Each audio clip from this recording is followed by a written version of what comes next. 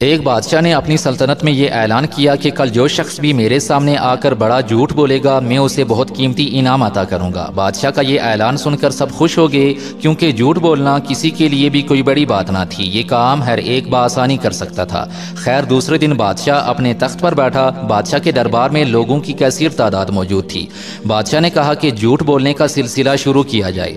بادشاہ کے حکم کے مطابق ہر ایک آ کر بادشاہ کے سامنے جھوٹ بولتا، مگر بادشاہ ہر ایک کو یہ کہہ کر رد کر دیتا کہ تمہارے جھوٹ میں دم نہیں، تم واپس جا سکتے ہو۔ بادشاہ کو کسی ایک شخص کا بھی جھوٹ بڑا جھوٹ نہ لگا۔ بادشاہ کا پورا دربار بالآخر خالی ہو گیا، بس دو آدمی ہی رہتے تھے جنہوں نے آ کر جھوٹ بولنا تھا۔ ایک شخص آیا اور اس نے آ کر کہا، بادشاہ سلامت، میں کل چاند پر گیا تھا، وہاں پر میں نے خوب سیر کی اور کل ہی کے دن میں واپس بھی آ گیا۔ بادشاہ نے کہا کہ یہ کوئی بڑا جھوٹ نہیں، تم واپس جا سکتے ہو۔ اب آخری شخص کی باری تھی۔ ویسے آپ کو کیا لگتا ہے کہ اس شخص نے کیا جھوٹ بولا ہوگا؟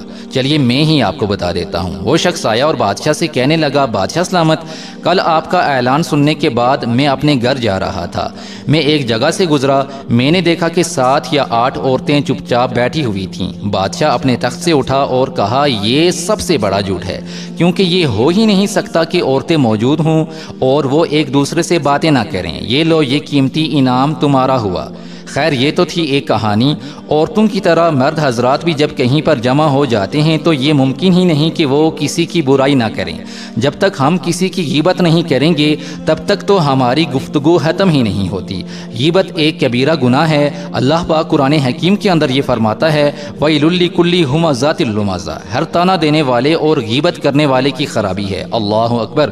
اللہ پاک نے اگر فرما دیا ہے کہ خرابی ہے تو بس خرابی ہے۔ اس گناہ کو کرنے کے بعد ہم چین میں کیسے ہو سکتے ہیں؟ آج ہی سے اس برائی کو اپنے اندر سے نکالیے، کیونکہ یہ ایک کبیرہ گناہ ہے اور کبیرہ گناہ سچی توبہ سے ہی معاف ہو سکتا ہے۔